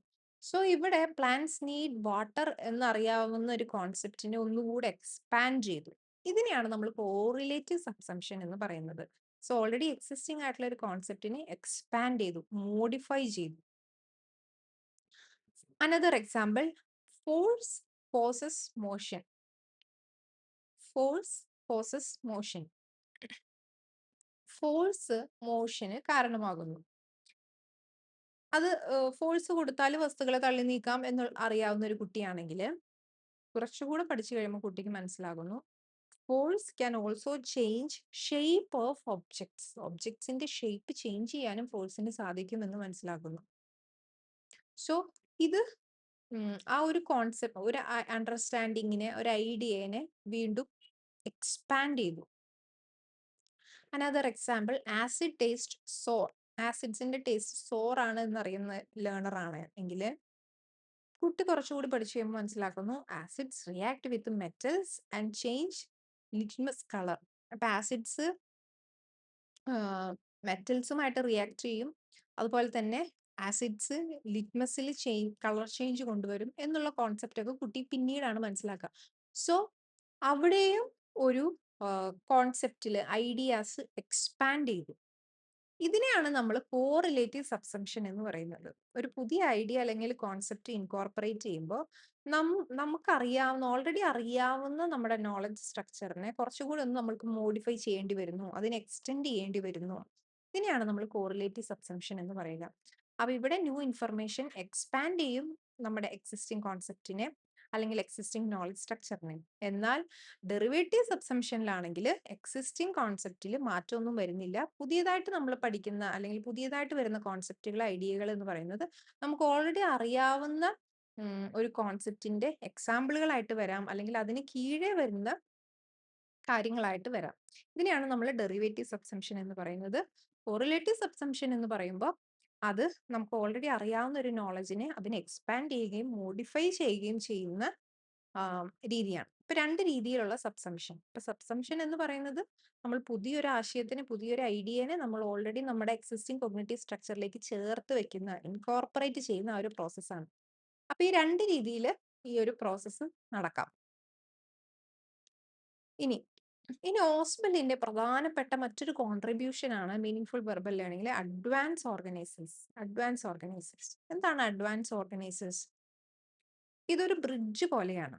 Concept bridge between new material and old. അതായത് പുതിയതായിട്ട് ഒരു കോൺസെപ്റ്റിനെ കുട്ടിക്ക് ഇൻട്രൊഡ്യൂസ് ചെയ്ത് കൊടുക്കണമെങ്കിൽ ഓൾറെഡി അറിയാവുന്ന ഒരു കോൺസെപ്റ്റിൽ നിന്നും വേണം പുതിയതിലേക്ക് ഒരു കണക്ഷൻ കൊടുക്കാനായിട്ട്. അപ്പൊ ഇത് കണക്ഷൻ കൊടുക്കാനായിട്ട് അവിടെ ഒരു ബ്രിഡ്ജ് കൊണ്ടുവരികയാണ്. അവിടെ ഒരു പാലം, പഴയതും പുതിയതും തമ്മിൽ ബന്ധിപ്പിക്കുന്ന ഒരു പാലം എന്ന് വേണമെങ്കിൽ നമുക്ക് വിളിക്കാവുന്നതാണ് അഡ്വാൻസ് ഓർഗനൈസേഴ്സ്. ഒരു പാലമാണ്, ഇറ്റ്സ് എ കോൺസെപ്ച്വൽ ബ്രിഡ്ജ് ആണ്. പഴയതിനെയും പുതിയതിനെയും പരസ്പരം ബന്ധിപ്പിക്കുന്ന, കണക്ട് ചെയ്തുകൊണ്ട് ടീച്ചർ കൊടുക്കുന്ന ഒരു സ്റ്റേറ്റ്മെന്റ് ആകാം, അല്ലെങ്കിൽ ടീച്ചർ പറയുന്ന ഒരു ഇൻട്രൊഡക്ടറി മെറ്റീരിയൽ ആണ് അഡ്വാൻസ് ഓർഗനൈസേഴ്സ് എന്ന് പറയുന്നത്. സോ അഡ്വാൻസ് ഓർഗനൈസേഴ്സ് ഓസ്ബലിന്റെ വലിയൊരു കോൺട്രിബ്യൂഷൻ ആണ്. അതായത് ക്ലാസ്സുകൾ തുടങ്ങുമ്പോൾ തന്നെ നിങ്ങൾ ശ്രദ്ധിച്ചിട്ടുണ്ടോ, ടീച്ചേഴ്സ് നമ്മുടെ ചെറിയ ക്ലാസ്സുകളിലാണെങ്കിലും അല്ലെങ്കിൽ മുതിർന്ന ക്ലാസ്സുകളിലാണെങ്കിലും ഒരു ക്ലാസ് തുടങ്ങുമ്പോൾ, ഒരു കോൺസെപ്റ്റ് തുടങ്ങുമ്പോൾ ടീച്ചർ അത് എങ്ങനെയാണ് പറഞ്ഞു തുടങ്ങുക? എന്തെങ്കിലും ഒരു ചെറിയ കാര്യത്തിലൂടെ പറഞ്ഞ് ആ ഒരു കോൺസെപ്റ്റിലേക്ക് എത്തിക്കും, അല്ലെ? ഇതിനെയാണ് നമ്മൾ അഡ്വാൻസ് ഓർഗനൈസർ എന്ന് പറയുന്നത്. ഇതൊരു ഇൻട്രൊഡക്ടറി മെറ്റീരിയൽ ആണ്. ആദ്യം ടീച്ചർ പറഞ്ഞു വരുന്ന ഒരു ഇൻട്രൊഡക്ടറി മെറ്റീരിയൽ ആണ്, given before the lesson to connect prior knowledge and new learning.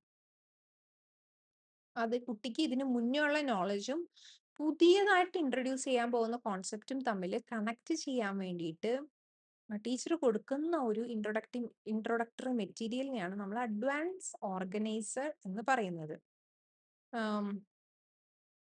For example, ഫുഡുകളെ പറ്റിയിട്ട്, അല്ലെങ്കിൽ പല ടൈപ്സ് ഓഫ് ഫുഡുകളെ പറ്റിയിട്ടാണ് ടീച്ചർ ഇൻട്രൊഡ്യൂസ് ചെയ്യുന്നത്. നിങ്ങൾ ഇന്ന് രാവിലെ ഭക്ഷണം കഴിച്ചോ? നിങ്ങൾ എന്തൊക്കെയാണ് കഴിച്ചത്? ഓരോരുത്തരുടെ വീട്ടിൽ എന്തൊക്കെയായിരുന്നു ഇന്ന് ബ്രേക്ക്ഫാസ്റ്റ് എന്ന് പറഞ്ഞ് ടീച്ചർ തുടങ്ങി. പിന്നെ പതിയെ ടീച്ചർ പുതിയ ഒരു കോൺസെപ്റ്റിലേക്ക്, അല്ലെങ്കിൽ എന്തൊക്കെ തരത്തിലുള്ള ഭക്ഷണങ്ങളുണ്ട് എന്നുള്ള രീതിയിലേക്ക് ടീച്ചർക്ക് അതിനെ ഇൻട്രൊഡ്യൂസ് ചെയ്യുക, ആ ഒരു കോൺസെപ്റ്റിലേക്ക് ടീച്ചർക്ക് കടക്കാം. സോ എന്താണ് ടീച്ചർ പഠിപ്പിക്കാൻ പോകുന്നത്? What she is going to teach എന്നുള്ളതാണ് എന്നുള്ള ഒരു കോൺസെപ്റ്റ് ആണ് അഡ്വാൻസ് ഓർഗനൈസർ എന്ന് പറയുന്നത്. എന്താണോ ടീച്ചർ പഠിപ്പിക്കാൻ പോകുന്നത് കുട്ടികളെ, അതിനുള്ളൊരു ഇൻട്രൊഡക്ഷൻ, അതിനുള്ളൊരു സ്റ്റാർട്ടിംഗ് ആണ് അഡ്വാൻസ് ഓർഗനൈസർ. അഡ്വാൻസ് ഓർഗനൈസേഴ്സിന് നമുക്കൊരു ഹുക്കായിട്ട് വേണമെങ്കിൽ ഒരു ബ്രിഡ്ജായിട്ട് പറയാം, അല്ലെങ്കിൽ ഒരു ഹുക്കായിട്ടും പറയാം. അതായത് ഒരു പഴയതിനെയും പുതിയ പുതിയ ഒരു ലേണിങ്ങിനെ നമുക്ക് തൂക്കിയിടാൻ പറ്റുന്ന ഒരു ഹുക്ക്. അപ്പൊ ഈ ഒരു ഹുക്കിനാണ് നമ്മൾ പുതിയ കോൺസെപ്റ്റിനെ നമ്മൾ തൂക്കിയിടുന്നത്. അപ്പൊ ഓൾറെഡി നമുക്കറിയാവുന്ന ഒരു കോൺസെപ്റ്റ് ഉണ്ടാകും. ആ കോൺസെപ്റ്റിൽ നമ്മള് അവിടെ നമ്മള് പുതിയൊരു കോൺസെപ്റ്റിനെ കൂടി ഇൻട്രൊഡ്യൂസ് ചെയ്യണം. അപ്പൊ അതിന് രണ്ടിനും തമ്മിൽ കണക്ട് ചെയ്യുന്ന ഒരു ഹുക്കാണ് അഡ്വാൻസ് ഓർഗനൈസർ. ഇനി അഡ്വാൻസ് ഓർഗനൈസേഴ്സിന്റെ പ്രത്യേകതകൾ എന്ന് പറഞ്ഞാല്, advance organisers are introductory ideas. അതൊന്നുകിൽ ഫാക്ട്സ് ആകാം, കോൺസെപ്റ്റ് ആകാം, എക്സാമ്പിൾസ് ആകാം, of a rather general nature to encompass all the information that has to be learned. പുതിയൊരു ഇൻഫർമേഷനെ, പുതിയൊരു കോൺസെപ്റ്റിനെ, അതിനെ എല്ലാം ഉൾക്കൊള്ളിക്കാൻ പറ്റുന്ന രീതിയിലുള്ള ഇൻട്രൊഡക്ടറി സ്റ്റേറ്റ്മെന്റുകളാകാം, ഇൻട്രൊഡക്ടറി ഐഡിയാസ് ആകാം, അല്ലെങ്കിൽ ഇൻട്രൊഡക്ടറി ഫാക്ട് ആകാം, കോൺസെപ്റ്റ് ആകാം, എക്സാമ്പിൾസ് ആകാം. ഇതിനെയാണ് അഡ്വാൻസ് ഓർഗനൈസർ എന്ന് പറയുന്നത്. അപ്പൊ ഈ ഒരു അഡ്വാൻസ് ഓർഗനൈസർ എങ്ങനെ ടീച്ചർ സെലക്ട് ചെയ്യുന്നു എന്നുള്ളത് വളരെ പ്രധാനമാണ്. കാരണം ഈ അഡ്വാൻസ് ഓർഗനൈസറിന്റെ കീഴിലാണ് ബാക്കി ആ കോൺസെപ്റ്റുകൾ എല്ലാം ചേർന്ന് വരേണ്ടത്. ചിലപ്പോ ക്ലാസ്സുകൾ എടുക്കുമ്പോൾ ടീച്ചർ എന്തെങ്കിലും ഒരു പരസ്പര ബന്ധമില്ലാതെ എന്തെങ്കിലും പറഞ്ഞ് ക്ലാസ് തുടങ്ങും. എന്നിട്ട് വേറൊരു കോൺസെപ്റ്റ് പറഞ്ഞ് ആ കോൺസെപ്റ്റിലേക്ക് പോകും. അപ്പോ ഫോർ എക്സാമ്പിൾ, ഇപ്പൊ ഫുഡിനെ പറ്റിയിട്ട് നേരത്തെ നമ്മൾ പറഞ്ഞു, നിങ്ങൾ ഇന്ന് രാവിലെ ഭക്ഷണം കഴിച്ചോ, എന്തൊക്കെയാണ് കഴിച്ചത്, പുട്ട് കഴിച്ചവരുണ്ടാവും, ഇഡ്ഡലി കഴിച്ചവരുണ്ടാവും, അല്ലെങ്കിൽ ഉപ്പുമാവ് കഴിച്ചവരുണ്ടാകും എന്ന് ടീച്ചർ ഒരു അഡ്വാൻസ് ഓർഗനൈസർ കൊടുക്കണമെങ്കിൽ അതിനുശേഷം വരുന്ന കോൺസെപ്റ്റ് അതുമായി ബന്ധപ്പെട്ടുള്ള എന്തെങ്കിലും ഒരു കോൺസെപ്റ്റ് ആയിരിക്കണം. ചിലപ്പോൾ ടീച്ചർ ക്ലാസ്സിൽ ഇതിനു മുന്നേ എന്തെങ്കിലുമൊക്കെ പറഞ്ഞു കഴിഞ്ഞിട്ട് പിന്നെ പഠിപ്പിക്കുന്നത് വേറെ എന്തെങ്കിലുമൊക്കെ ആയിരിക്കും. അപ്പോൾ ഈ അഡ്വാൻസ് ഓർഗനൈസേഴ്സിന്റെ പ്രത്യേകത, അതിനൊരു വലിയൊരു ജനറൽ നേച്ചർ ഉണ്ടാകണം. അതിനുള്ളില് പുതിയൊരു കോൺസെപ്റ്റ് ഉൾക്കൊള്ളപ്പെടണം. സോ ഒരു അഡ്വാൻസ് ഓർഗനൈസർ ടീച്ചർ സെലക്ട് ചെയ്യുന്നതിലും വലിയൊരു ഇന്റലിജൻസ് ടീച്ചർ കാണിക്കണം. അതില് ടിപ്പിക്കൽ എക്സാമ്പിൾസ് ടീച്ചർക്ക് കണ്ടുപിടിക്കാൻ പറ്റുമെങ്കിൽ അങ്ങനെയുള്ള എക്സാമ്പിൾസ് തന്നെ ടീച്ചർ കണ്ടുപിടിച്ച് കൊടുക്കണം. എന്നാൽ മാത്രമേ അത് കുട്ടികൾക്ക് അത്രയും ഇഫക്റ്റീവ് ആയിട്ട് കൊണ്ടുവരാനായിട്ട് സാധിക്കുകയുള്ളൂ. Then they are given in advance to help the learner to organize all the information to be presented and received. അതായത് അഡ്വാൻസ് ഓർഗനൈസർ എന്നുള്ള പേരിൽ തന്നെയുണ്ട് അഡ്വാൻസ്. അതായത് ഒരു ഇൻഫർമേഷൻ നമ്മുടെ മൈൻഡിൽ, കൊഗ്നിറ്റീവ് സ്ട്രക്ചറിൽ ഓർഗനൈസ് ചെയ്യാൻ വേണ്ടിയിട്ട് അഡ്വാൻസ് ആയിട്ട് കൊടുക്കുന്ന ഒരു ഒരു ഇൻട്രൊഡക്ടറി ഐഡിയയാണ് അഡ്വാൻസ് ഓർഗനൈസർ. അപ്പൊ അതൊരു അഡ്വാൻസ് ആയിട്ട് ടീച്ചർ കൊടുക്കുന്നതാണ്. അപ്പൊ ഇതിന് കീഴിലാണ് ടീച്ചർ പറയാൻ പോകുന്ന ഒരു കോൺസെപ്റ്റ് വരേണ്ടത്. അപ്പൊ കുട്ടികൾക്ക് അത് മനസ്സിലാക്കി എടുക്കാൻ വേണ്ടിയിട്ടും, അതുപോലെ തന്നെ ടീച്ചർ അതിനുശേഷം പ്രസന്റ് ചെയ്യുന്ന എല്ലാ കോൺസെപ്റ്റുകളും കുട്ടിക്ക് ഏറ്റവും നല്ല രീതിയിൽ ഓർഗനൈസ് ചെയ്യാൻ പറ്റുന്ന രീതിയിലായിരിക്കണം ഈ അഡ്വാൻസ് ഓർഗനൈസേഴ്സ് കൊടുക്കേണ്ടത്.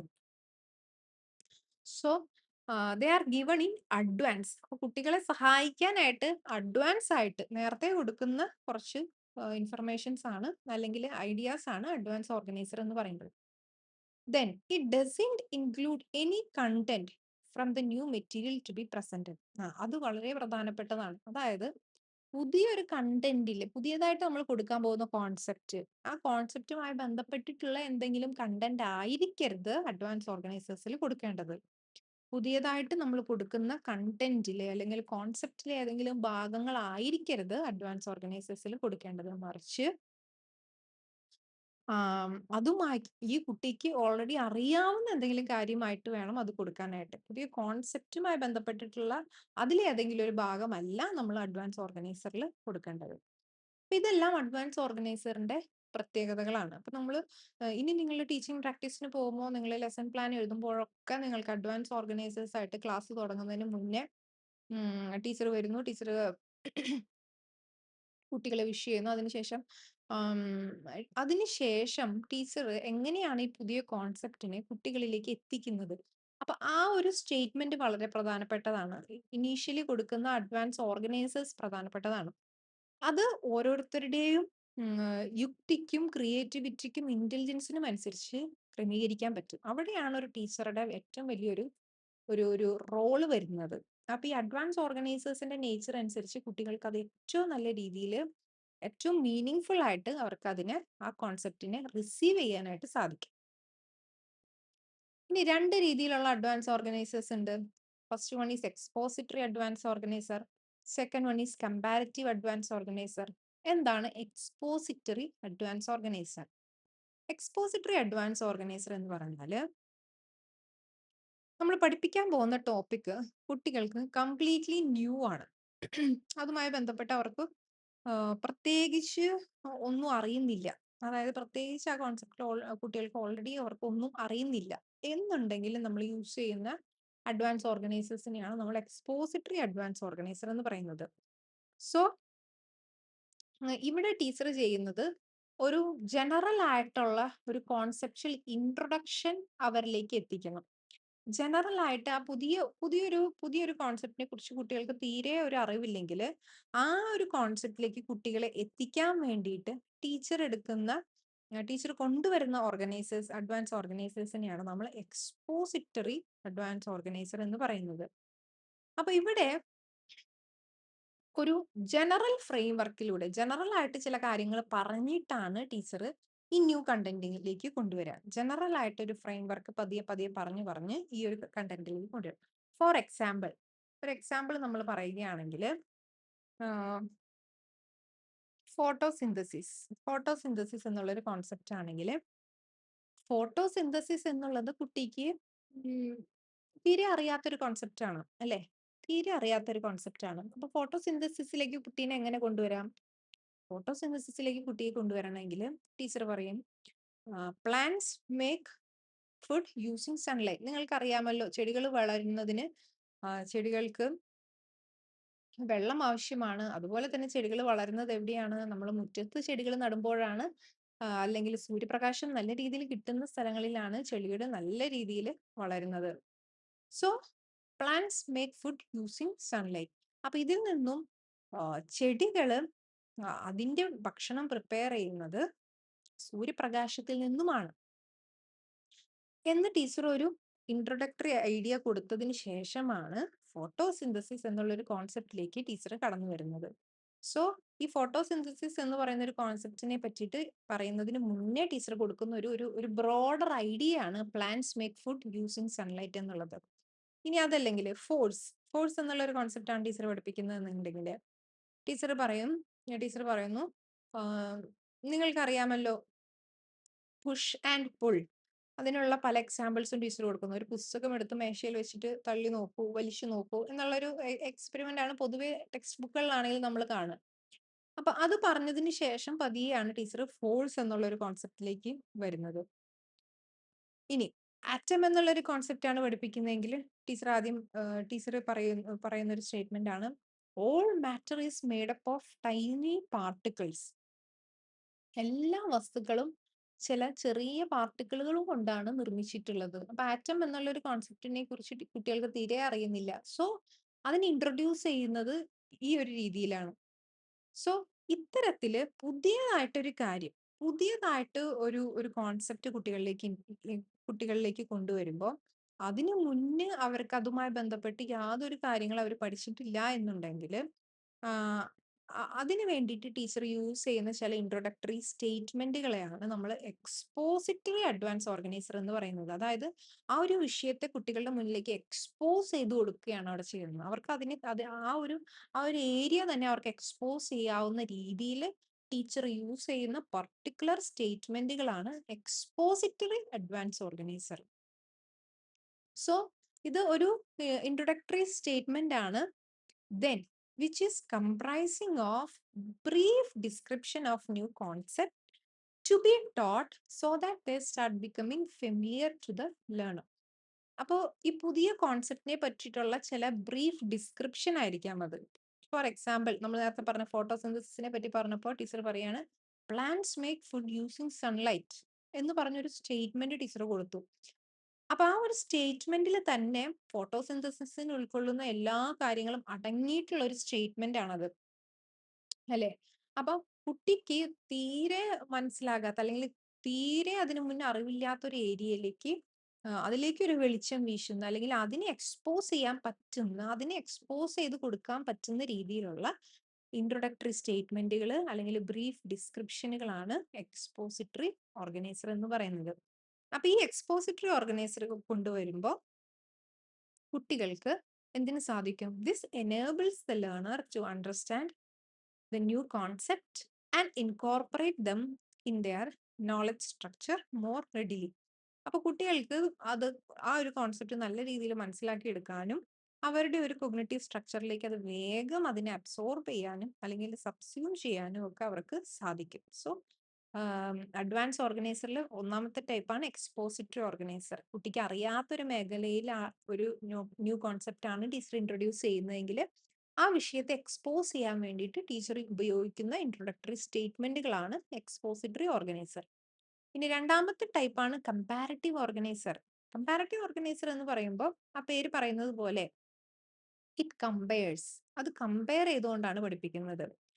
And it describe similarities and differences between the new concept to be taught and the concept which the learner already knows. കുട്ടിക്ക് ഓൾറെഡി അറിയാവുന്ന ഒരു കാര്യവുമായിട്ട് ഇതിനെ ബന്ധപ്പെടുത്തി അതിനെ ഒന്ന് കമ്പയർ ചെയ്തുകൊണ്ട് അതും ഇതും തമ്മിലുള്ള വ്യത്യാസങ്ങൾ പറഞ്ഞുകൊണ്ട് ടീച്ചർ ഒരു പുതിയൊരു കോൺസെപ്റ്റിനെ ഇൻട്രൊഡ്യൂസ് ചെയ്യും. ഫോർ എക്സാമ്പിൾ, ഇപ്പോ ഒരു ഒരു ആറ്റത്തിന്റെ സ്ട്രക്ചർ എന്താണ് ഇലക്ട്രോൺസും പ്രോട്ടോൺസും ഒക്കെ ഉള്ള ഒരു ആറ്റത്തിന്റെ സ്ട്രക്ചർ ടീച്ചർ എക്സ്പ്ലെയിൻ ചെയ്യുകയാണെങ്കിൽ ടീച്ചർ ആദ്യം വേണമെങ്കിൽ പറയാം ഒരു സോളാർ സിസ്റ്റത്തിന്റെ കോൺസെപ്റ്റ് പറയുന്നു അല്ലെ, എങ്ങനെയാണ് ഒരു സൂര്യന് ചുറ്റും പ്ലാനറ്റ്സ് റിവോൾവ് ചെയ്യുന്നത് എന്ന് നിങ്ങൾക്ക് അറിയാമല്ലോ. അതുപോലെ തന്നെയാണ് ഇലക്ട്രോൺസ് റിവോൾവ് ചെയ്യുന്നത് എന്നുള്ള ഒരു കോൺസെപ്റ്റ് ടീച്ചർക്ക് വേണമെങ്കിൽ കുട്ടികൾക്ക് പറഞ്ഞു കൊടുക്കാം. സോ ഇതൊരു കമ്പാരറ്റീവ് ഓർഗനൈസർ ആണ്. അതായത് ടീച്ചർ അപ്പോൾ ഈ ഒരു കോൺസെപ്റ്റിനെയും ഒരു പുതിയൊരു ഐഡിയയും കുട്ടിക്ക് ഓൾറെഡി അറിയാവുന്ന ഒരു ഐഡിയയും തമ്മിൽ പരസ്പരം അതിന്റെ ബന്ധങ്ങളും സിമിലാരിറ്റീസും ഡിഫറൻസും വെച്ചിട്ട് കമ്പയർ ചെയ്തുകൊണ്ടാണ് ടീച്ചർ പറയുന്നത്. Then those designed to discriminate between the materials previously learned and to be learned in order to prevent confusion caused by their similarity. ഇനി ഈ കമ്പാരറ്റീവ് ഓർഗനൈസർ ഇപ്പൊ നമ്മൾ നേരത്തെ പറഞ്ഞത് അതിനൊരു ഒരു എക്സാമ്പിൾ ആയിട്ടാണ് പറഞ്ഞത്. ഇനി അതല്ലാതെ രണ്ട് കാര്യങ്ങളെ കുറിച്ച് പറയുകയാണെങ്കിൽ for example democracy democracy and monarchy രണ്ട് കോൺസെപ്റ്റുകളാണ്. അപ്പൊ ഡെമോക്രസിയെ കുറിച്ച് അറിയാവുന്ന ഒരു കുട്ടിയാണെങ്കിൽ മൊണാർക്കി എന്നുള്ള ഒരു കോൺസെപ്റ്റിനെ കുറിച്ച് ടീച്ചർ പറയുമ്പോൾ ഇതും ഡെമോക്രസിയും തമ്മിൽ എന്തൊക്കെയാണ് വ്യത്യാസങ്ങൾ, അതിനെ പരസ്പരം ഡിസ്ക്രിമിനേറ്റ് ചെയ്യാനായിട്ട് അതിനെ പരസ്പരം എന്തൊക്കെയാണ് അതിന്റെ വ്യത്യാസങ്ങൾ, സിമിലാരിറ്റീസ് എന്നുള്ളതെല്ലാം കുട്ടിക്ക് മനസ്സിലാക്കത്തക്ക രീതിയിൽ അവയെ തമ്മിൽ കമ്പയർ ചെയ്തുകൊണ്ട് ടീച്ചർക്ക് ഈ കോൺസെപ്റ്റിനെ ഇൻട്രൊഡ്യൂസ് ചെയ്യാം. സോ അതും ഇതിനൊരു എക്സാമ്പിൾ ആണ്. സോ കമ്പാരറ്റീവ് ഓർഗനൈസർ എന്ന് പറയുന്നത് എപ്പോഴും നമ്മൾ യൂസ് ചെയ്യുന്നത് when learners already know A related concept. ഇതുമായി ബന്ധപ്പെട്ട് ലേണറിന് എന്തെങ്കിലും ഒരു റിലേറ്റഡ് കോൺസെപ്റ്റ് അറിയാമെങ്കിലാണ് നമ്മൾ കമ്പാരറ്റീവ് ഓർഗനൈസർ യൂസ് ചെയ്യുക. Here teacher compares previous knowledge with new content. അപ്പൊ ഇവിടെ ടീച്ചർ ഓൾറെഡി അറിയാവുന്ന ഏതെങ്കിലും ഒരു പ്രീവിയസ് നോളജിനെയാണ് ന്യൂ കണ്ടന്റുമായിട്ട് ബന്ധിപ്പിക്കുക. ഫോർ എക്സാമ്പിൾ, പ്ലാന്റ് സെല്ലിനെ കുറിച്ച് പഠിച്ചിട്ടുള്ള ഒരു കുട്ടിയാണെങ്കിൽ ആനിമൽ സെല്ലിനെ കുറിച്ച് ടീച്ചർ പഠിപ്പിക്കാനാണ് പോകുന്നതെങ്കിൽ ടീച്ചർ ഓൾറെഡി പറയും, നിങ്ങൾ പ്ലാന്റ് സെല്ലിനെ കുറിച്ച് പഠിച്ചിട്ടുള്ളതാണല്ലോ, എങ്ങനെയാണ് പ്ലാന്റ് സെല്ല്, അതിന്റെ ഒരു സ്ട്രക്ചർ എങ്ങനെയാണെന്ന് നിങ്ങൾക്ക് അറിയാമല്ലോ. ഇനി അതിനുശേഷമാണ് അനിമൽ സെല്ലിനെ കുറിച്ച് ടീച്ചർ ഇൻട്രൊഡ്യൂസ് ചെയ്യുക. അപ്പൊ അനിമൽ സെല്ലും പ്ലാന്റ് സെല്ലും തമ്മിലുള്ള വ്യത്യസ്തതകൾ എന്തൊക്കെയാണ് അല്ലെങ്കിൽ അതിന്റെ സിമിലാരിറ്റികൾ എന്തൊക്കെയാണ്, അതിൽ നിന്നും തുടങ്ങി ടീച്ചർക്ക് ഈ ഒരു കോൺസെപ്റ്റിലേക്ക് കടന്നു വരാം. ഇനി അതും അല്ലെങ്കിൽ സ്ക്വയറിനെ കുറിച്ച് കുട്ടിക്ക് ഓൾറെഡി അറിയാമെങ്കിൽ റെക്റ്റാങ്കിൾ എന്നുള്ള ഒരു കോൺസെപ്റ്റിലേക്ക് കടന്നു വരാം. അപ്പൊ സ്ക്വയറിനെ പറ്റി ഓൾറെഡി അറിയാവുന്നതിൽ നിന്നും റെക്റ്റാങ്കിളിലേക്ക് കടക്കുമ്പോൾ കുട്ടികൾക്ക് അത് കുറച്ചും കൂടി ഈസിലി കണക്ട് ചെയ്യാൻ പറ്റും. ഇനി ഡെമോക്രസിയെ കുറിച്ച് അറിയാമെങ്കിൽ അതിൽ നിന്നും മൊണാർക്കിയിലേക്ക് കടക്കുന്നു. അപ്പൊ ഇവിടെയെല്ലാം ഓൾറെഡി അറിയാവുന്ന ഒരു കോൺസെപ്റ്റ് അതുമായി അതിനെ അറിയാമെങ്കിൽ അതിൽ നിന്നുമാണ് പുതിയൊരു കോൺസെപ്റ്റിലേക്ക് കടക്കുന്നത്. അതിനെ കമ്പയർ ചെയ്തുകൊണ്ട് അതുമായുള്ള ഡിഫറൻസസ് പറഞ്ഞുകൊണ്ടാണ് പുതിയൊരു കോൺസെപ്റ്റിലേക്ക് വരുന്നത്. ഇതിനെയാണ് കമ്പാരിറ്റീവ് ഓർഗനൈസർ എന്ന് പറയുന്നത്. അപ്പൊ 2 ടൈപ്പ് ഉണ്ട്. ഒന്ന് expository advance organiser, second one is comparative advance organiser. Comparative advance organiser എന്ന് പറയുമ്പോൾ അതുമായി ബന്ധപ്പെട്ട് കുട്ടിക്ക് ഓൾറെഡി അറിയാവുന്ന കാര്യങ്ങൾ വെച്ചിട്ടാണ് ടീച്ചർ ഈ ഒരു വിഷയത്തെ കുട്ടികളുടെ മുന്നിലേക്ക് പ്രസന്റ് ചെയ്യുന്നത്. എക്സ്പോസിറ്ററി അഡ്വാൻസ് ഓർഗനൈസർ ആണെങ്കിൽ ആ ഒരു വിഷയത്തെ കുറിച്ച് കുട്ടിക്ക് ഒന്നും ഒരു പ്രീവിയസ് നോളജ് ഇല്ല, അല്ലെങ്കിൽ ഒരു കോൺസെപ്ച്വൽ അണ്ടർസ്റ്റാൻഡിംഗ് ഇല്ല എന്നുണ്ടെങ്കിലാണ് എക്സ്പോസിറ്ററി അഡ്വാൻസ് ഓർഗനൈസേഴ്സ് യൂസ് ചെയ്യും. തീർത്തും പുതിയൊരു വിഷയത്തിലേക്ക് അവരുടെ അണ്ടർസ്റ്റാൻഡിങ്ങിനെ എക്സ്പോസ് ചെയ്യുന്നതാണ് എക്സ്പോസിറ്ററി അഡ്വാൻസ് ഓർഗനൈസർ. അപ്പൊ ഇത് രണ്ടുമാണ് അഡ്വാൻസ് ഓർഗനൈസറിൽ 2 പ്രധാനപ്പെട്ട അഡ്വാൻസ് ഓർഗനൈസേഴ്സ്. സോ ഇതോടുകൂടി നമ്മൾ അഡ്വാൻസ് ഓർഗനൈസർ എന്നുള്ളൊരു പോർഷനാണ്. ഇതെല്ലാം ഓസ്ബെല്ലിന്റെ കോൺട്രിബ്യൂഷൻസ് ആണ്. അപ്പൊ ഇതെല്ലാമാണ് മീനിങ് വെർബൽ ലേണിങ്ങിന് പ്രധാനമായിട്ടും വേണ്ടുന്നത് എന്നുള്ളതാണ് ഓസ്ബെൽ എക്സ്പ്ലെയിൻ ചെയ്തത്. സോ ഡേവിഡ് പി ഓസ്ബെല്ലിന്റെ മീനിങ് വെർബൽ ലേണിംഗ്, അല്ലെങ്കിൽ മീനിങ് എക്സ്പോസിറ്ററി ലേണിംഗ്, അല്ലെങ്കിൽ മീനിങ് റിസപ്ഷൻ ലേണിംഗ് എന്നുള്ള ഒരു കോൺസെപ്റ്റ് ആണ് നമ്മളിപ്പോൾ കണ്ടത്. അതുമായി ബന്ധപ്പെട്ടിട്ടും ഓസ്ബെൽ ഇൻട്രൊഡ്യൂസ് ചെയ്ത കോൺസെപ്റ്റ് ആണ് അഡ്വാൻസ് ഓർഗനൈസേഴ്സ്. അഡ്വാൻസ് ഓർഗനൈസേഴ്സ് എത്ര തരമുണ്ടെന്ന് നമ്മൾ പറഞ്ഞു. അതുപോലെ തന്നെ സബ്സംഷൻ എന്നുള്ള ഒരു പ്രോസസ്സ് എന്താണെന്ന് പറഞ്ഞു. ടൈപ്സ് ഓഫ് സബ്സംഷൻ പറഞ്ഞു. അതുപോലെ തന്നെ മീനിങ് വെർബൽ ലേണിംഗിന്റെ പ്രിൻസിപ്പിൾസ് എന്തൊക്കെയാണെന്ന് പറഞ്ഞു. ഇത്രയും കാര്യങ്ങളാണ് മീനിങ് റിസപ്ഷൻ ലേണിംഗിൽ പ്രധാനമായിട്ടും നമുക്ക് കാണാനുള്ളത്. Okay, thank you.